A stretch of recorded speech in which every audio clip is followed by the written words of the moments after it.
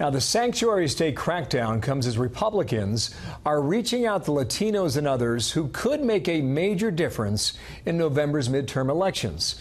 Correspondent Peter Doocy has that story tonight from Capitol Hill. The new Republican plan to keep the house parties.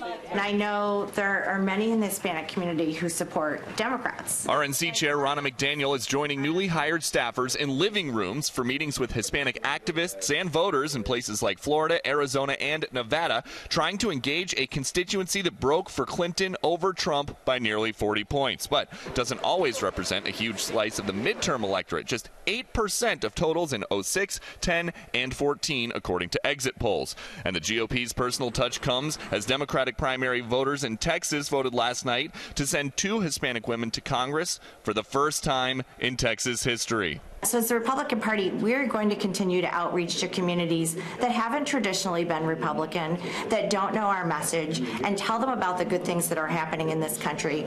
But the only way we can share our message is if we show up. The big concerns among Republicans at a recent meeting in Coral Gables, Florida, were the economy and solutions for hurricane-ravaged Puerto Rico. Estoy completamente segura, and I'm very sure que nuestro presidente, that our president, no sabe, does not know la verdad de lo que está ocurriendo en Puerto Rico. A lot of the truth of what's really happening in Puerto Rico. Thousands of Puerto Ricans are still displaced and living in Florida, which activists think represents an opportunity for the GOP. We believe that many families are going to stay, and our job is to tell them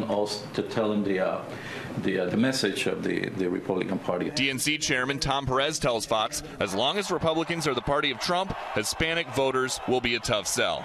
Latinos judge people by their words and their actions.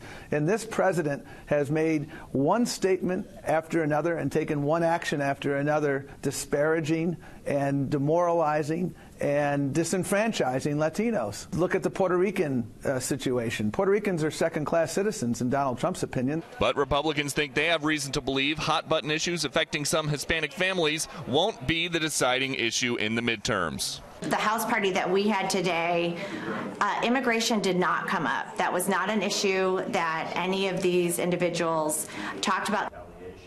So based on that, between now and November, look for Republicans to try to highlight the economy and look for Democrats to try to diminish President Trump. Yeah. Bill? It's going to be here before we know it. Thank you, Peter Doocy from the Hill.